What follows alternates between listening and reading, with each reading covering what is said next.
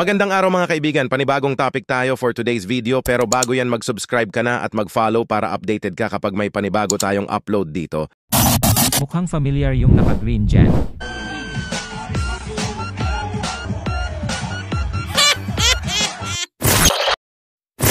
Party-party na ang mga DDS. Matapos ang maisog na rally sa Liwasang Bonifacio, nanilangaw lang naman heto sila nag-party-party na sana all. So dahil nag-party-party na sila gastos na naman kaninong pera yan, syempre, pera ng taong bayan. Tapos ang lakas pa ng mga loob ng mga DDS na siraan si PBBM, akala nyo mapatalsik nyo siya mga inutel. At itong si Maharlika inedit ang video or mukha ni PBBM palpak pakaloka mga duta mga inutil.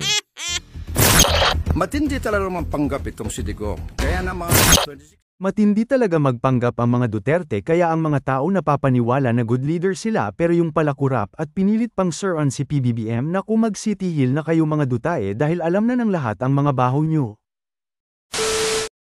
Balak nyo pa gawing people's power ang may sag rally nyo samantalang nilangaw naman kayo. Hinding-hindi nyo mapapatalsik ang Pangulong Bongbong Marcos. At yun na nga ang topic natin sa video na ito. Ikaw na nanonood ngayon, anong masasabi mo? Comments mo na dyan sa baba. At para naman updated ka sa mga upload ko, don't forget to like and follow. Hanggang dito na lang.